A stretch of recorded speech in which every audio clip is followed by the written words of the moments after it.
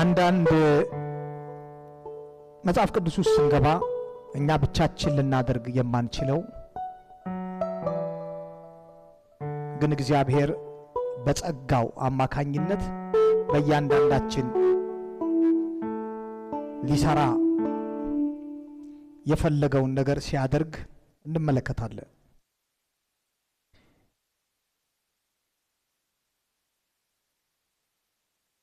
ሙሴ እስራኤላውያኖችን ወይ ወንድሞቹን ለማዳን እንደተጠራ ያቅ ነበረ አይደል? ዘጸአት መጽሐፍን ስናነብ ግን ወንድሞቹ ሙሴን አልተረዱትም። የተጠራው ለነሱ ነው፣ እነሱ አላወቁትም። መጨረሻ ነው የተረዱት። እንደ አንተ በመሐከላችን ፈራጅ ያደረገህ ማን ነው አሉት። ከዛ ሙሴ ወደ ምድረ በዳ ሄደ 40 ዓመት ከቆየ በኋላ። ግን ሙሴ እግዚአብሔርን ካየ በኋላ ለብቻው ምንም ነገር እንደማያመጣ ያውቃል። የተላከው ለማን ነው? ለእስራኤል፣ ለሕዝቡ ነው የተላከው። ነቢያቶችን ስናይ የብሉይ ኪዳን አባቶችን ስንመለከት እግዚአብሔር ለውጥን መቀየር ሲፈልግ በግለሰብ ደረጃ፣ በመንግስት ደረጃ፣ በሀገርና በዓለማት ደረጃ ለውጥን ሲያመጣ ያደረገው በግለሰቦች ሩጫ አይደለም። እሺ፣ ግለሰቦችን ከህዝብ መሃል ከጠራ በኋላ መልሶ ወደ ህዝብ ውስጥ ከቷቸው። ለምሳሌ ጌታን ፊት ለፊት ካዩ ሐዋርያቶች መካከል ጌታ ከተነጠቀ በኋላ ፊት ለፊት እኔ ፈልጋለሁ ተብሎ የሐዋርያነትን ማዕተብ ያተመበት ለማን ነው? ለጳውሎስ አይደል? ማለት ጳውሎስ በደማስቆ መንገድ ላይ ጌታ አንተ ስማ እያለ የምታሳድደኝ እንደ አንተ ማን ማለት ከእግዚአብሔር ጋር ጳውሎስ ልክ እንደ ሙሴ ከእግዚአብሔር ጋር አፍ ለአፍ ምን ይል ነበር? ይነጋገር ነበር።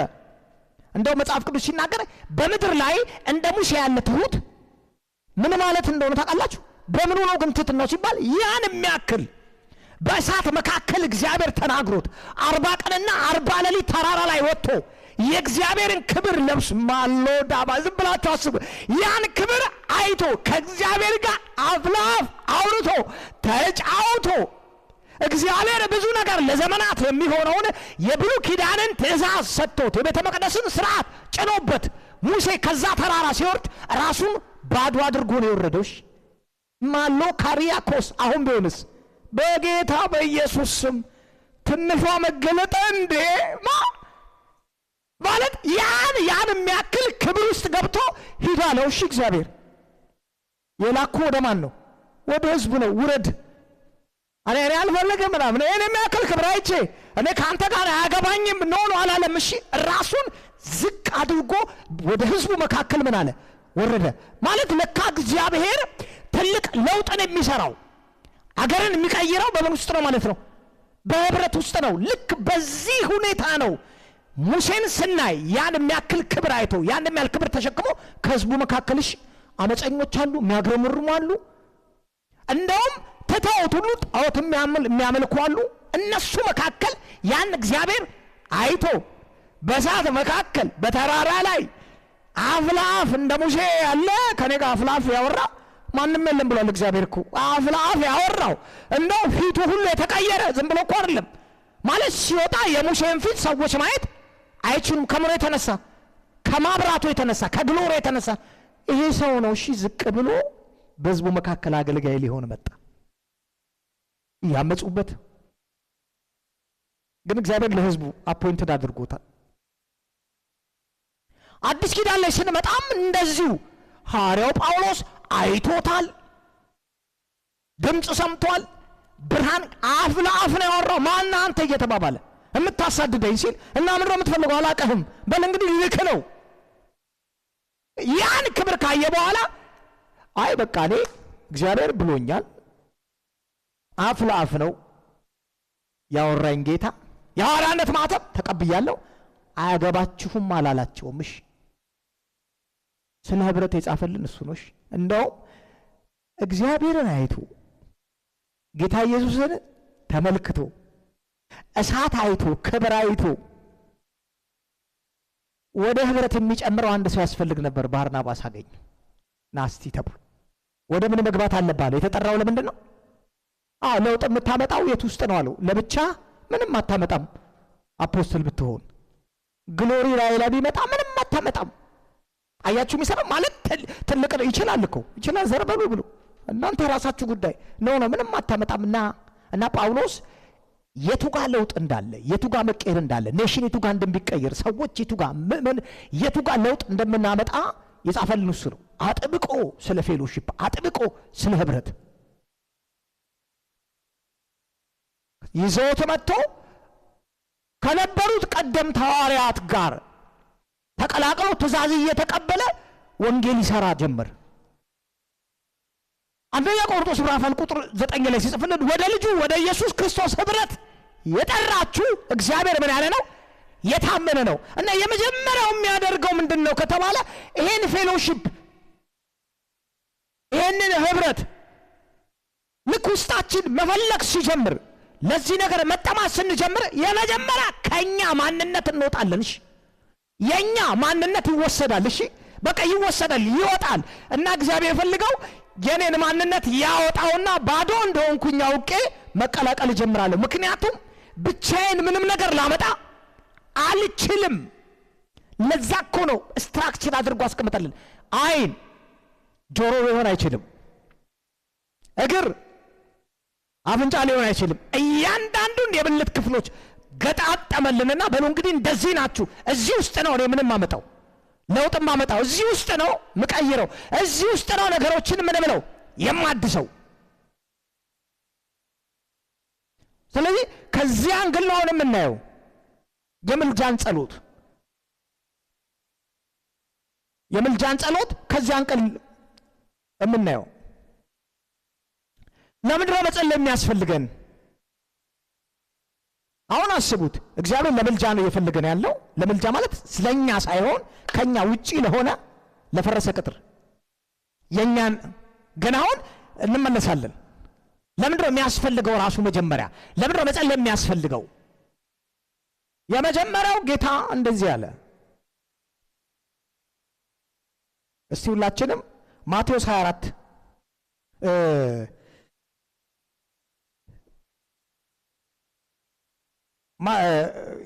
ሉቃስ 22 አውጡልኝ። መጀመሪያ ሉቃስ 22 ከ37 እስከ 38 እንዲህ ይላል።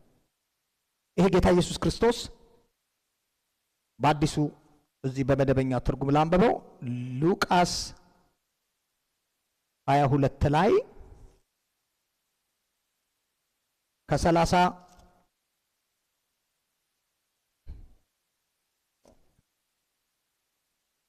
ሐሳቡን ከ30 ጀምሮ ነው የምታገኙት።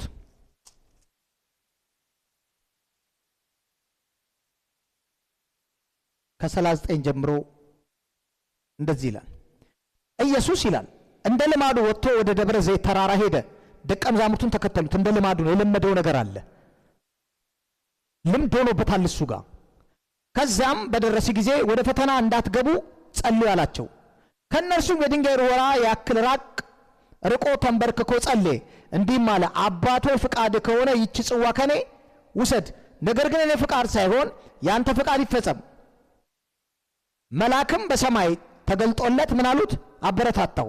እጅግ ተጨንቆም በብርቱ ይጸልይ ነበረ። ላቡም እንደ ደም ነጠብጣብ ወደ ምድር ይፈስ ነበረ። ከጸሎትም ተነስቶ ወደ ደቀ መዛሙርቱ መጣ።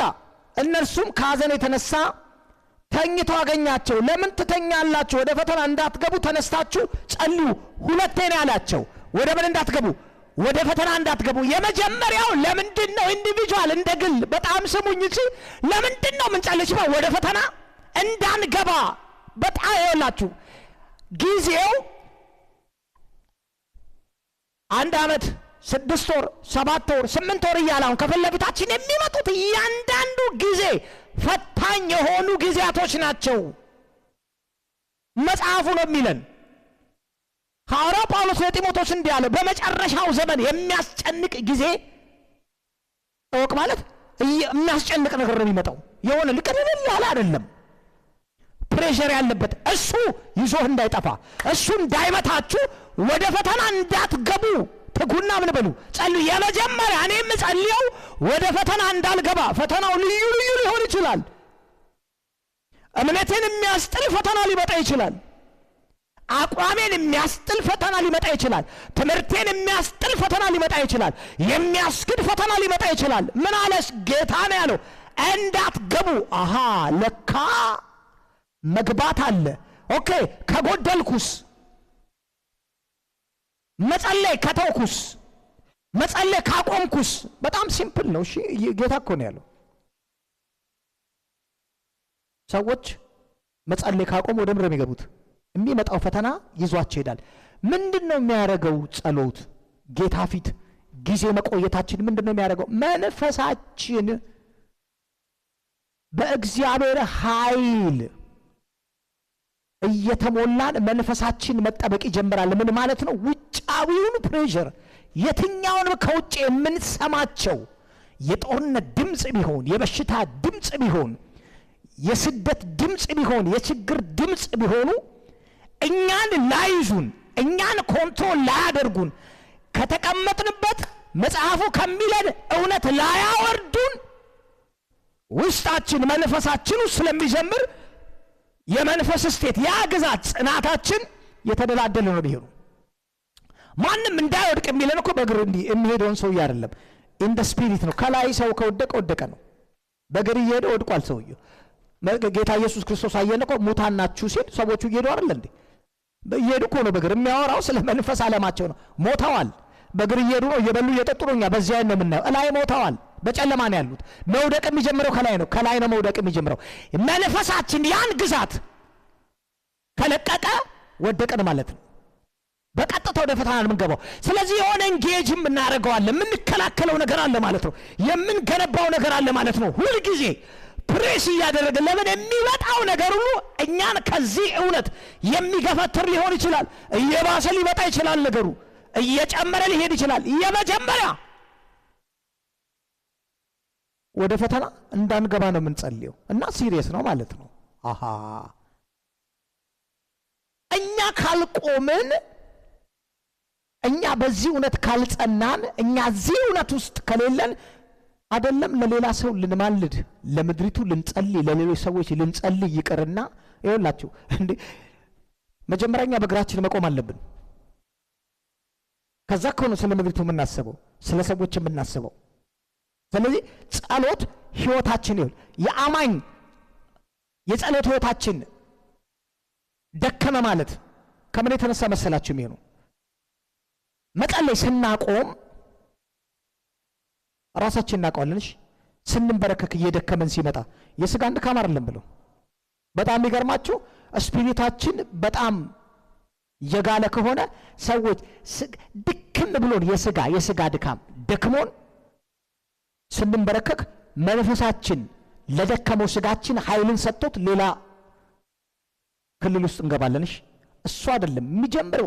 መድከም ሲጀምር የስጋ ዓለማችን የዓለም መንፈስ ኮንትሮል እያደረገን ነው። የመጀመሪያ ስፒሪት ምንድነው የሚያደርገው ሲባል ሐሳባችንን፣ ክልላችንን፣ መንፈሳችንን መቆጣጠር ይጀምራል። ከዛ መንፈሳዊ እሴቶች የምንላቸው መጸለይ፣ ማንበብ፣ ህብረት ማድረግ፣ መዘመር፣ የእግዚአብሔርን ቃል ማጥናት፣ ትምህርት መስማት ከሚባሉ ነገሮች እየጎተተ ያወጣናልሽ። ከዛ መንፈሳችን ዊክ ነው የሚሆነው። ድክም ማለት እንትኑም የለንም። አፕታይታችን ምን ይሆናል? አይታችኋል? የታመመ ሰው ቀርቦለታል እኮ ቅቅል ይሁንልህ ሲባል ጥብስ እናድርግልህ፣ እሺ ክትፎ ይሁን። ለምን የመብላት ምን የለውም የለም አፕታይት። የምግብ አይነት ተደርድሮለት እየታየ ጠያቂውን ምንድን እኛ ነው የምንጎመጀው። እሺ አይበላም እንዴ? ግን አይደለም ሰውየው እኮ እሱ አይደለም። የምግብ የመብላት አፕታይቱ ምን ሆኗል? ተዘግቷል። በየአይነቱ ቀርቦለታል እኮ የምትፈልገው። እሺ እንትን ይሁንልህ አልፈልገው ነው። ግሉኮስ ተሰክቶለት ጠብ እያለ የለም አፉ ማንቀሳቀስ አይችልም። ልክ መንፈስ ያለም እንደዛ ነው። ምን ሲሆን መንፈሳችን እየደከመ ሲሄድ መንፈሳዊ ነገሮች ለማስገባት ምንድነው የምንሆነው? ድክም። እኛ አይደለም የምንበላው። ምን ይጀምራል ማለት ነው? ሰዎች እየመጡ እንደ ግሉኮስ ቻርጅ ባረግ ይጀምራሉ። በጌታ በኢየሱስ ማበርተው ጌታ ሆይ ያኛው እጅ እየጫነ ያኛው ግሉኮስ ማለት ነው።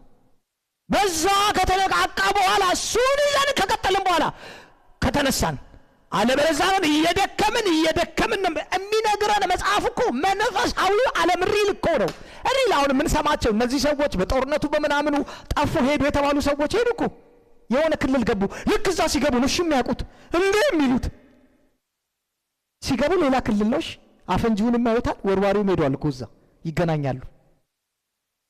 ሌላ ዓለም ነው ለካ ሪል የሆነ ተጨባጭ የሆነ ዓለም አለ። ምን ሄድበት አምላካችን ያለበት ጌታ ያለበት ከተማ አለ። ያኛውም የጨለማው ዓለም አለ፣ የብርሃኑ ዓለም ሪል ነው። ከዚህ ዓለም የበለጠ ያ ዓለም እኮ ነው እየነገረ ያለ። ወደ ፈተና እንዳትገባው ትጉና ጸልዩ አለ። ፈታኝ እየመጣ ነው። ነገሮች እየተጠቀለሉ ነው።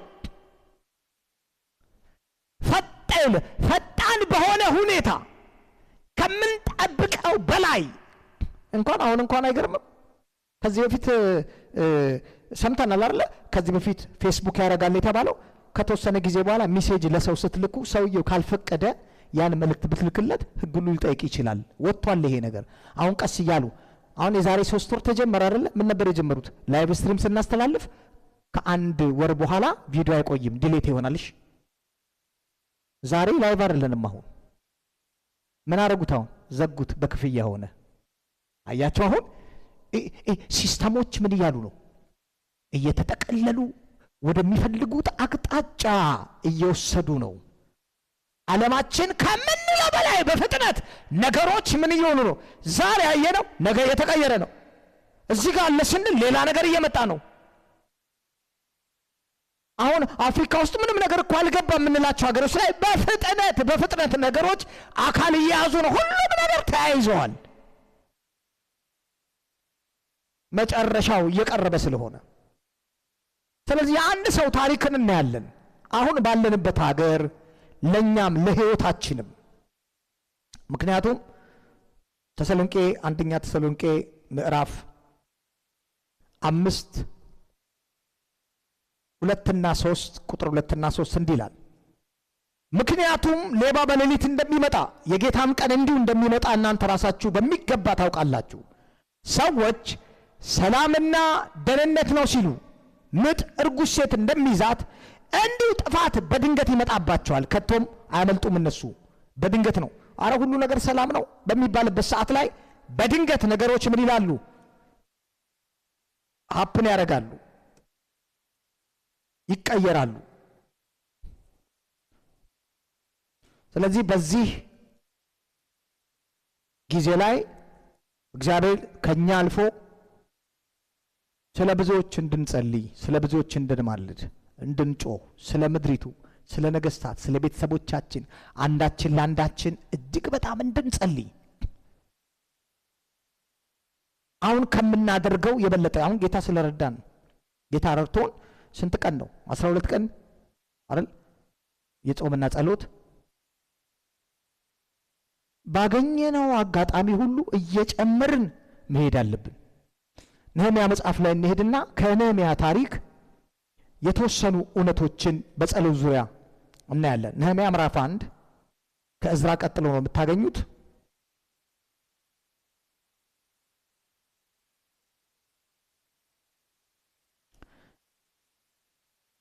የአካልያ ልጅ የነህምያ ቃል ይላል፣ በአኛው ዓመት ካሴሎ በተባለው ወር በሴሎ ግንብ ሳለው ከወንድሞች አንዱ የሆነው አናኔ ከሌሎች ጥቂት ሰዎች ጋር ከአይሁድ መጣ። እኔም ከምርኮ ስለተረፉት አይሁድ ቅሬታዎች ስለ ኢየሩሳሌም ጠየቅኳቸው።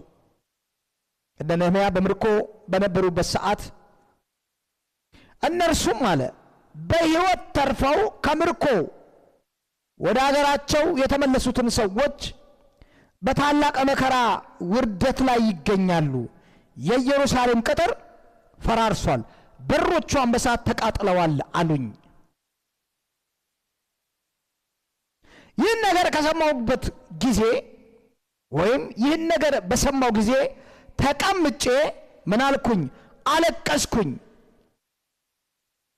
በሰማይም አምላክ ፊት አያሌ ቀናት አዘንኩ ጾምኩና ጸለይኩኝ። ከዛም እንዲህ አልኩ። የወሰደው ምንድነው? ሰማው። ነህምያ እኮ እዚህ ጋር የንጉሱ ጠጅ አሳላፊ እኮ ነው እንዴ፣ ጥሩ ፖዚሽን ላይ እኮ ነው ያለው። ግን ሰማው። ምን ሆኗል አሉት?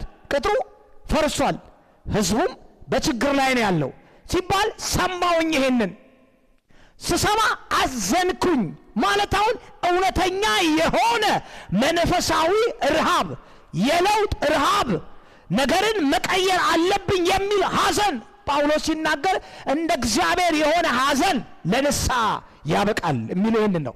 ማለት ሐዘኑ የሆነ ዝም ብሎ በእግዚአብሔር ላይ የማማረር አይነት ሐዘን አይደለም።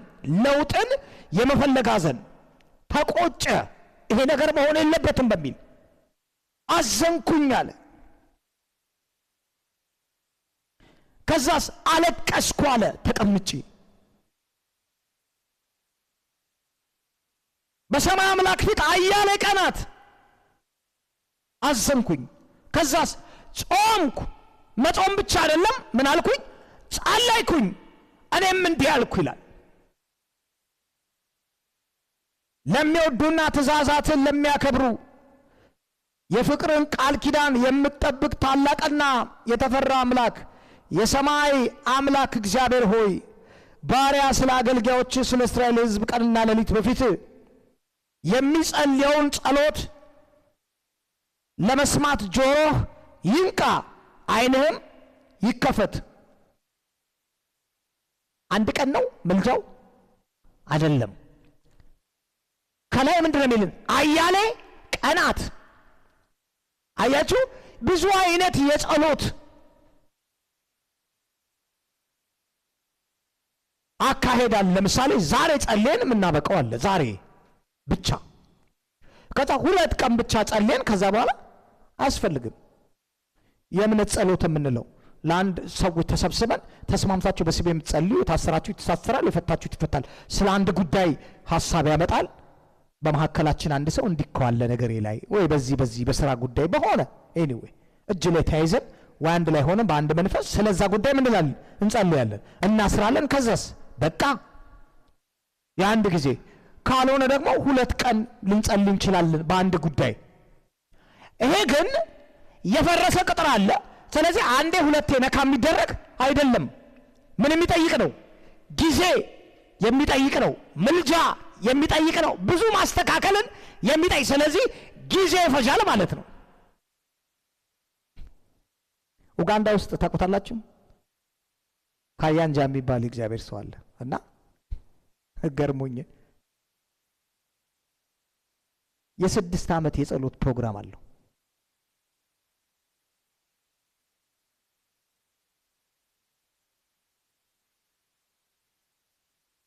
አንዳንዱ 120 ቀን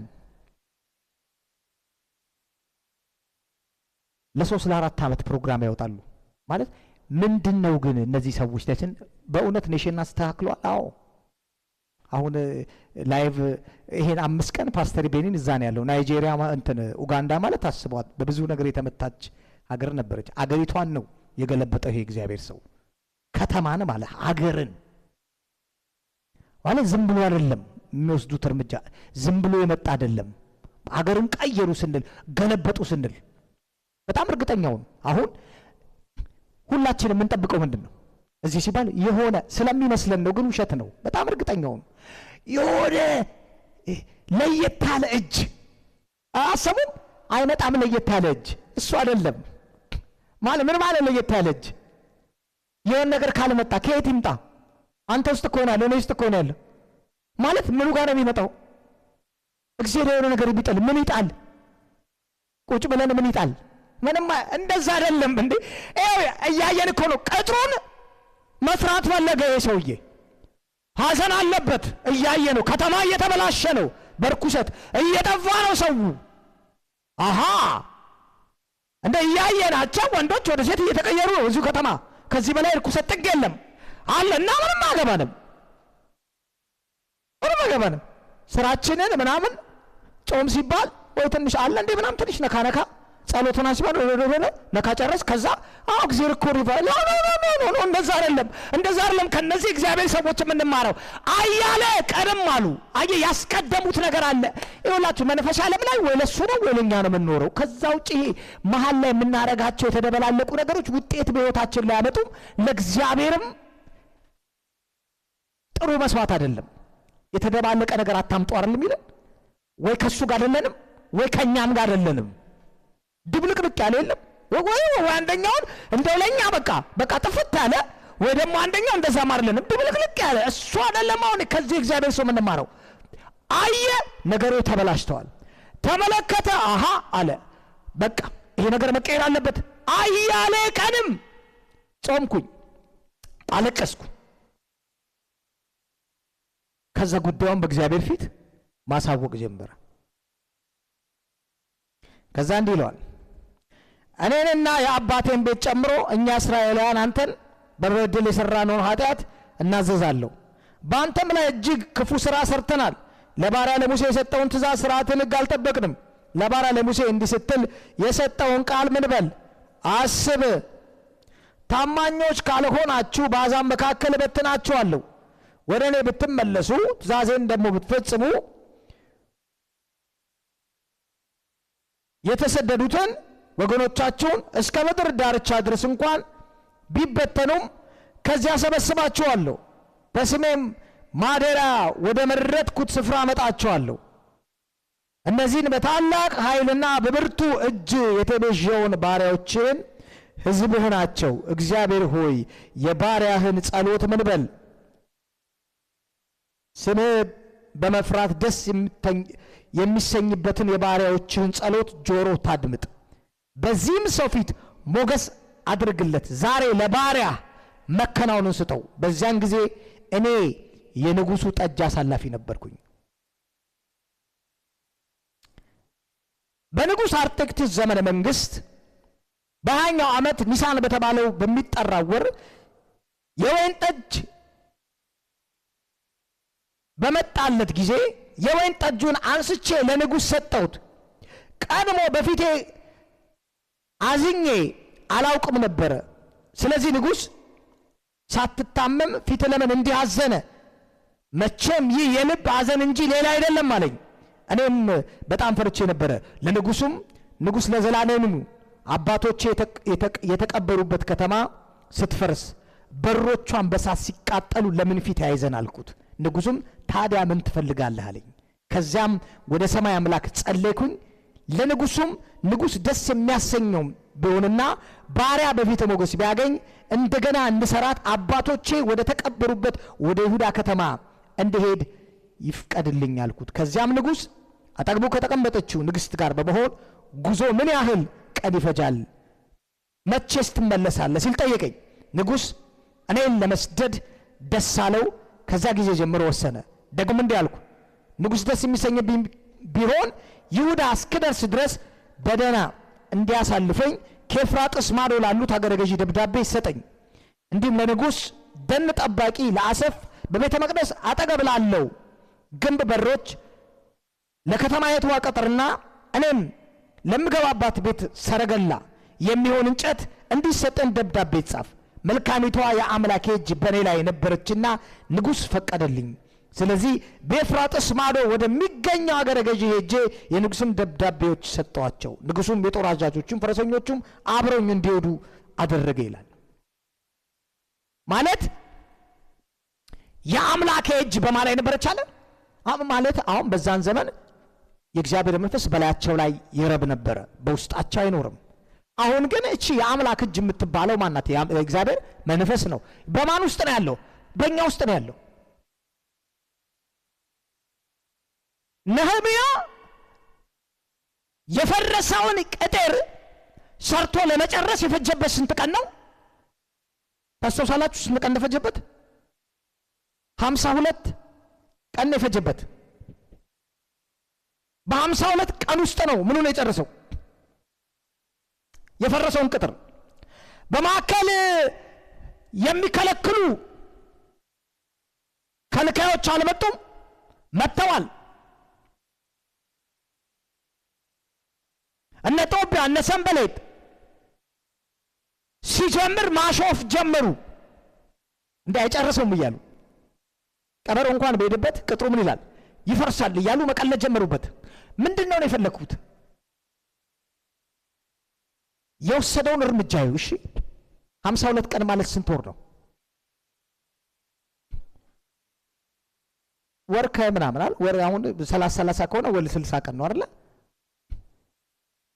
8 ቀን ነው የምንቀንስለት።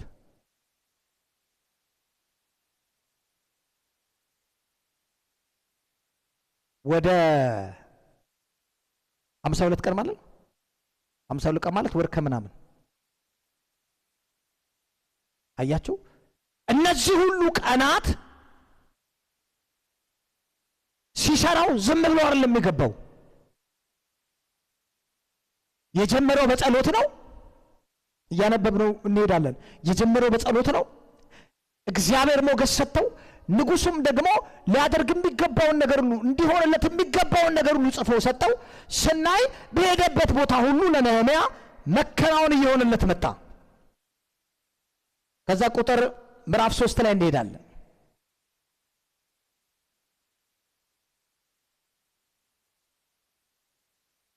እሱን ያዙትና የተወሰኑ ሐሳቦችን ከሁለት ላይ ብናይ ጥሩ ነው። ምን ይላል? ቁጥር 11 ላይ እኔም ወደ ኢየሩሳሌም ሄድኩ። በዚያም 3 ቀን ከቆየ በኋላ ከጥቂት ሰዎች ጋር በሌሊት ወጣው። ኢየሩሳሌም አድርገው ዘንድ እግዚአብሔር በልቤ ያኖረውን ነገር ለማንም አልነገርኩም። ከተቀመጥኩበትም እንስሳ በቀር ከኔ ጋር ሌሎች እንስሳት አልነበሩም። በሌሊትም ወጥቼ በሸለቆ በር በኩል አድርጌ ወደ ዘንዶ የውሃ ጉድጓድ ወደ ቆሻሻ መድፊያው በር ሄድኩኝ። የፈረሱትን የኢየሩሳሌም ቅጥሮች በሳት የወደሙትን በሮች ሁሉ ምን አልኩኝ አለ ተመለከትኩኝ አለ። በዚያም ወደ ውሃ ምንጭ በርና ወደ ንጉሥ ኮሬ ሄድኩ። ይሁን እንጂ የተቀመጥኩበትም እንስሳ ማሳለፍ የማይችል በቂ ቦታ አልነበረም። ስለዚህ ቅጥሩን እየተመለከትኩ ሌሊቱን ሸለቆ አልፌ ወደ ላይ ወጣው። በመጨረሻም ተመልሼ በሸለቆ በር በኩል ገባው። ለአይሁድ ወይም ለካህናት ወይም ለመኳንንት ወይም ለሹማምንት ወይም ስራውን ለሚሰሩ ሰዎች ገና ምንም የተናገርኩት ነገር አልነበረም። ወዴት እንደሄድኩ ወይም ምን እንዳደረግ ሹማምንቱ ምን አይሉም አላወቁም። ምን እያለ ነው? መጀመሪያ የሆነ ዝም ብዬ አይደለም ተነስቼ በቃ አደርጋለሁ። ቅጥር እንጸልይ ስለምን እንጸልይ እናስተካክል። ምን ልንገራችሁ፣ ሰውየው ኤክስፔክት አድርጓል። መጀመሪያ ከማስተካከሉ በፊት ምን ማስተካከል እንዳለበት ማወቅ አለበት። የሰማው ምንድነው? መጀመሪያ አይደለ? የፈረሰውን በአይኑ ማየት አለበት የለበትም? አለበት። ሰምቷል፣ ልቡ አዘነ። ኦኬ፣ መስማቱ ብቻ በቂ አይደለም። አሁን ቦታውን ሄዶ ማየት አለበት። ያ ማለት አሁን ተነስተን ከተማው ላይ እሺ ጌታ ሆይ ታውቃላችሁ፣ በአንድም በሌላም በጦርነቱ ምክንያት የተነሳ ምን ሆነ የቆመው ታስታውሳላችሁ? አርብ ጦርነቱ መቼ ነው የተነሳው? በ12 13 የጌዎች የእንትን ቀን ነበርኩ ባላቸው ተሰርዟል እኮ በጦርነቱ የተነሳ ካንስል ተደረገ። ግን ሰዎቹ ሊቀይሩት የፈለጉት ነህምያ ስፔሲፊክ ትክክለኛ የሆነ መረጃ ማግኘት አለበት። የምልጃ ጸሎት የሚሰራው የመጀመሪያውን እንጸልይ በቃ ስለምን ነው ትክክለኛ የቱጋ ከተማው ላይ መለወጥ እንዳለበት ማየት። የቱጋ ነው ለውጥ የሚያስፈልገው? ከተማዋ ምን ላይ ነው ያለችው? ከተማዋ የተያዘው በምንድን ነው? እሱን ነገር ማወቅ አለብን። ስለዚህ በዚያ ዙሪያ ላይ በዛ አርዕስት ላይ ነው ዛሬ ነክተን ነካ አይደለም። ነገሮች እስኪቀየሩ ድረስ ጊዜ ይወስዳል። ከተማው ላይ መልቀቅ ያለበት እስኪለቅ እንዲስተካከል የምንፈልገው እኔ አስታውሳለሁ። የዛሬ 4-5 ዓመት ብዙ ዜና እንሰማ ነበረ። ታስታውሳላችሁ? አሁን የለም። አሁን ጦርነት ነው የምንሰማው። ጦርነት ታስታውሳላችሁ? በጣም ብዙ መገዳደል ነበር አይደል? ከተማ ውስጥ መገዳደል ምላችሁ ባልና ሚስት አይደል? አብሶ በኢትዮጵያውያን ዘንድ የዛሬ 6 ዓመት ምናምን የምታስታውሱ ከሆነ ዜናው ላይ በየሳምንቱ አለሽ ገደላት ከፎቅ ላይ እንዲሆኑ የሚል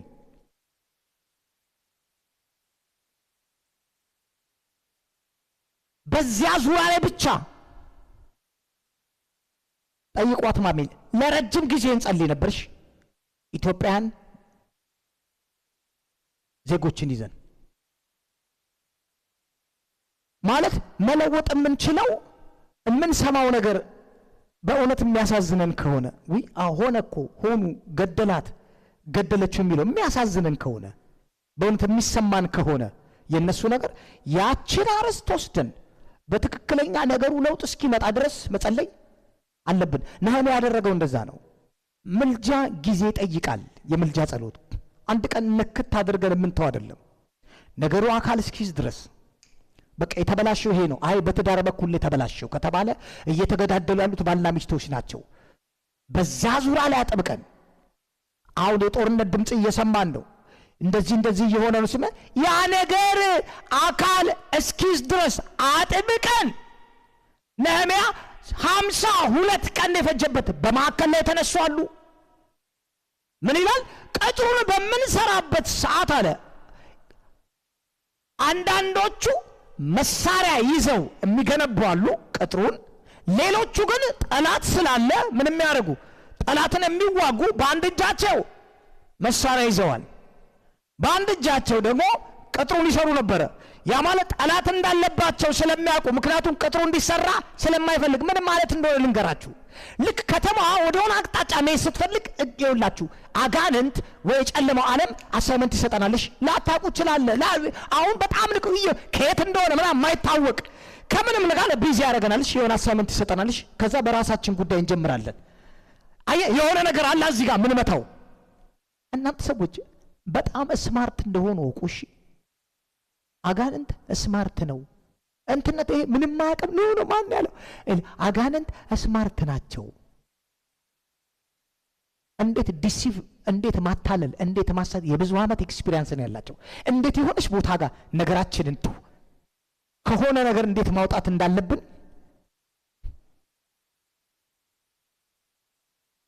እንዲገጥማችሁ ያውቃል። ሰውየው እየጸለየ ልክ ጸሎት ሲጀምር ትዝ ይለዋልሽ። ስሙኝ በጣም ነገር ምንድነው ትዝ የሚለው? የጠፋ የሚፈልገው ዕቃ ይልና ሄዶ ቼክ ማድረግ ይጀምራል። ከዛ ያየዋል።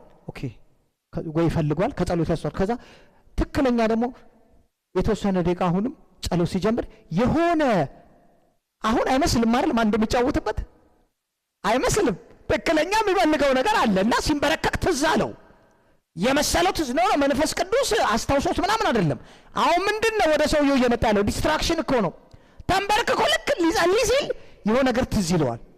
ማንበብ ሲጀምር ከሌላ ጋር ካልደወልኩም ወደ አእምሮ ይመጣልሽ ወይ ረስቼ የሚል ለምን ቅድም አልመጣም? ለምን አሁን ማንበብ ሲጀምር መጣ? ለምን አሁን መጸለይ ሲጀምር ያ ነገር መጣ? አያችሁ እንዴት እንደሚሰራ። የመጀመሪያ የጨለማው ስራ ነህምያ ይሄንን ስለሚያውቅ አለ በአንድ እጃችን ምን ይዘን መሳሪያ ይዘናል፣ በአንድ እጃችን ግንቡን እንገነባለን። ምክንያቱም ምን አለ? ጠላት አለ። ባለጋራችን ዳቢሎስ የሚውጠውን ፈልጎ እንደሚያገሳ አንበሳ ምን ይላል? ይዞራል። ኤክስፒሪየንስ አላቸው። ምክንያቱም ለብዙ ዓመት ከሰው ጋር ምን ብለዋል? ኖረዋል። ያውቁታል። አጋንንት በደንብ ነው የሚያውቀው። ይሄ መንፈስ ወክ ያደርጋል።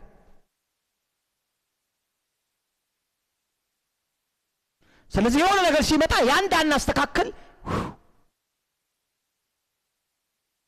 የሚፈልገውን ነገር አካል ካስያዘ በኋላ ቱሌት አይደለ? ጌታ እኮ አለ እኮ ተግታችሁ ጸልዩ።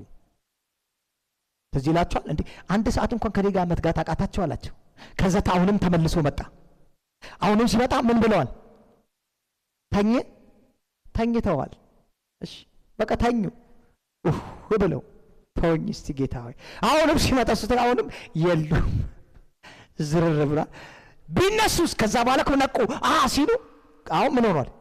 ጨለማው በቃ አለፈው ሆነ ማለት ነው። አሁን እግዚአብሔር አይደለም። በጣም ስሙኝ፣ በጣም የገባ እግዚአብሔር አሁን እየመሰለን ያለው ለምን ዝም ይላል? እንደዝም ብሎ አቅም እግዚአብሔር የሚጠብቀው ማንን ነው? እኛን፣ አንተን፣ እኔን። እግዚአብሔር እንደዝም ይላል። ጌታ ኮይ እንደዝም ይላል። ሰው በቃ አንድ ቀን አለው ማለት ነው፣ ጊዜ አለው አይደለም። እኛን ነው።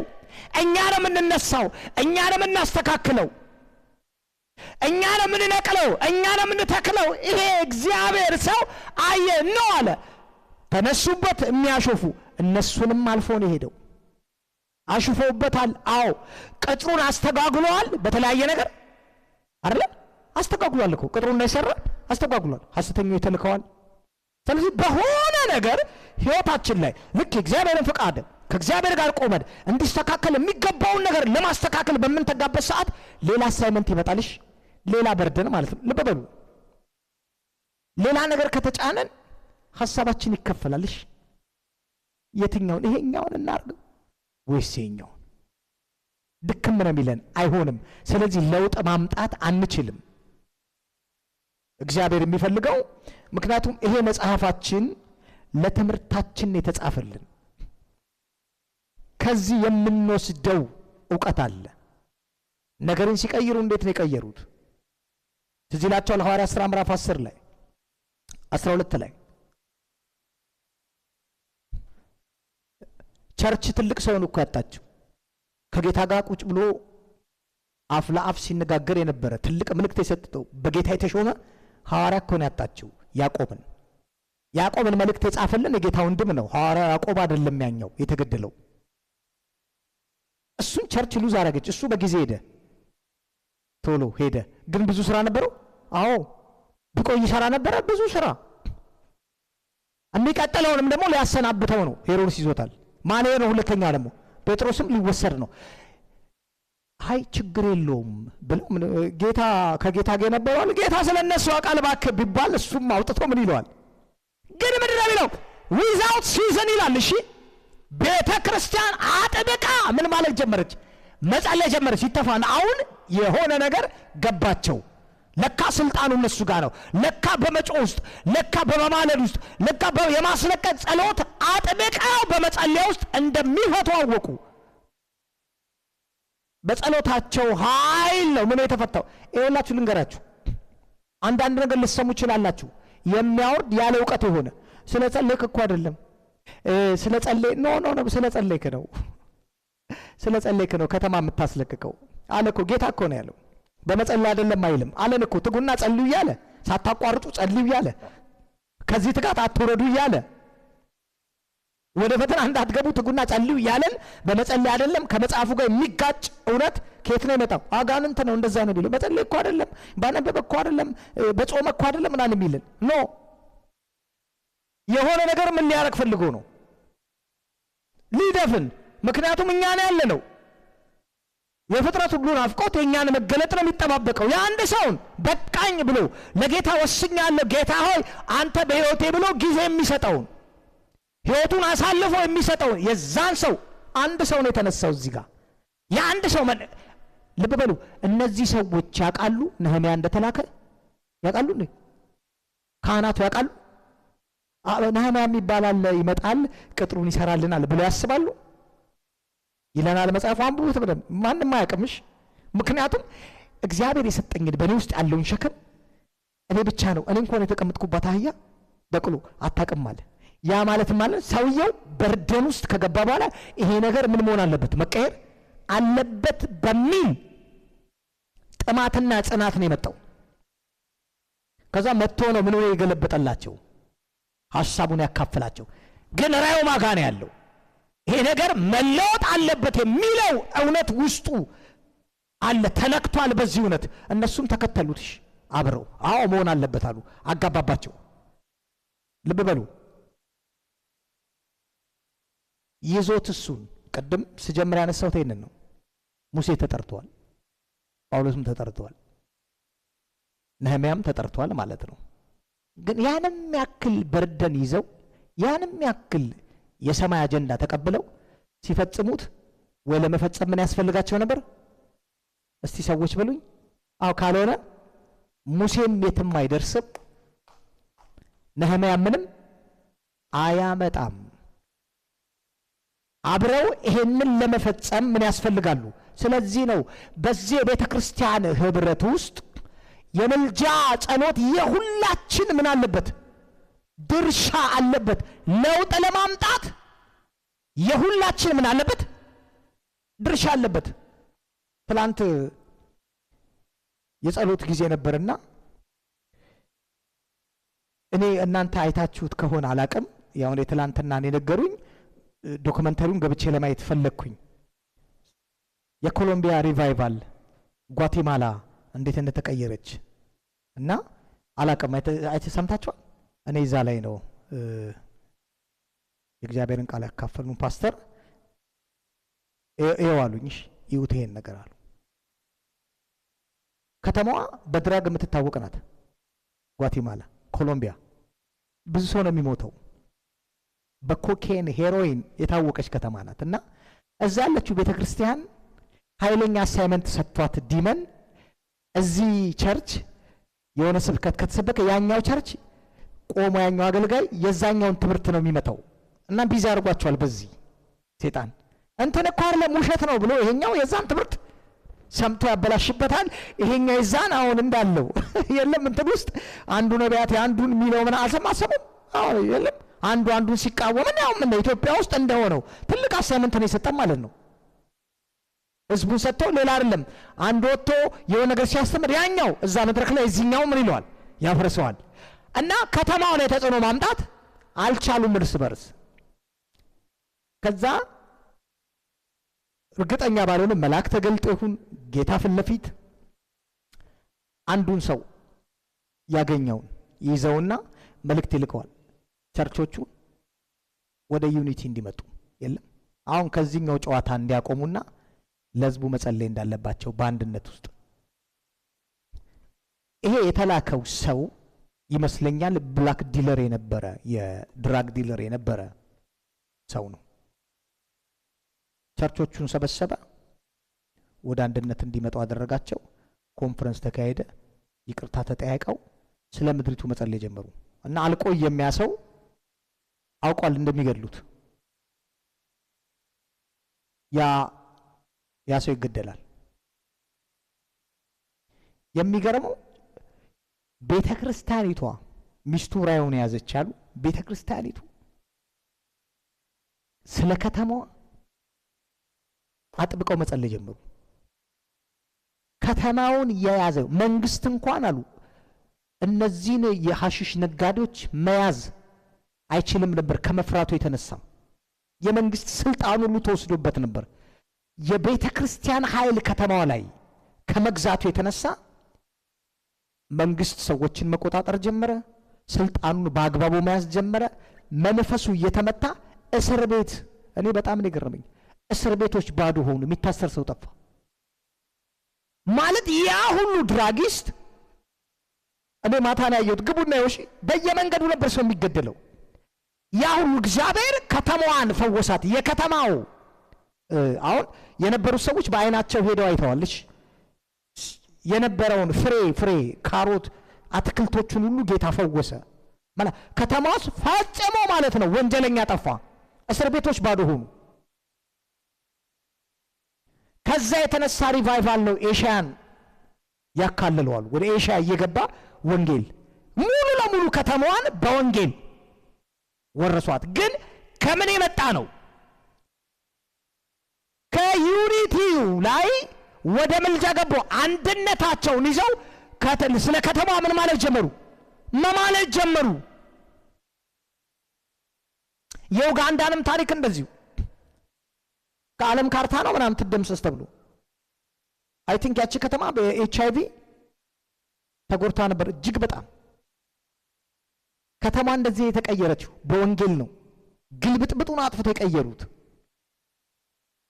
ምንድነው ስንል ይሄ ሁሉ የሆነው በአንድነት ያለምንም ማቋረጥ በምልጃ ጸሎት ነው። የፈረሰውን ቅጥር መገንባት ጀመሩ።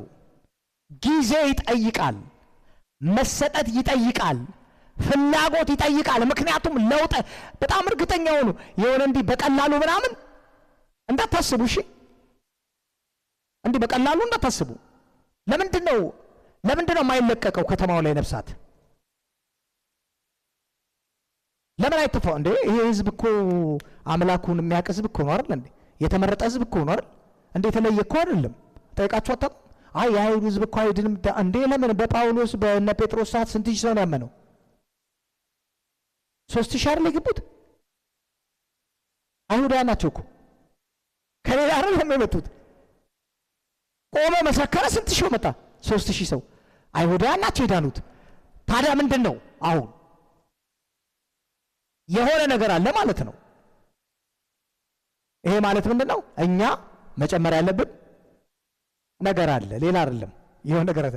እኛ ከተማውን የያዘውን ህዝቡን የያዘውን እንዳዳምጥ የያዘውን ልቡ ላይ የተቀመጠውን ከተማው ላይ የሚገዛውን መዘረር የምንችለው በምንድን ነው? በምልጃ ጸሎት ነው። ያለምንም ምን ማቋረጥ። ክብር ለእግዚአብሔር ይሁን። እንቆማለን እስቲ እንጸልይ። ሌኮ ብራዲላ ሃቲካስ